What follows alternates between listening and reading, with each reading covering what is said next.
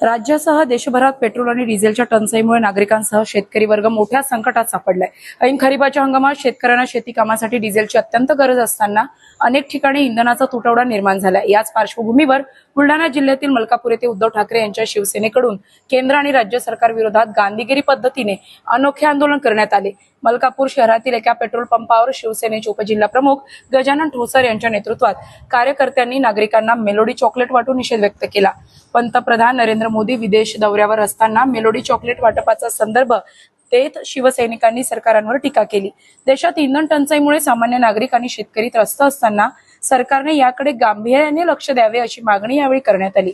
दरम्यान शेतकऱ्यांसाठी तातडीने मुबलक प्रमाणात डिझेल उपलब्ध करून द्यावे, अन्यथा शिवसेनेच्या वतीने तीव्र स्वरूपाचे आंदोलन छेडण्यात येईल असा इशाराही आंदोलनकर्त्यांनी दिला। या अनोख्या आंदोलनाची शहरात चांगलीच चर्चा रंगली आहे।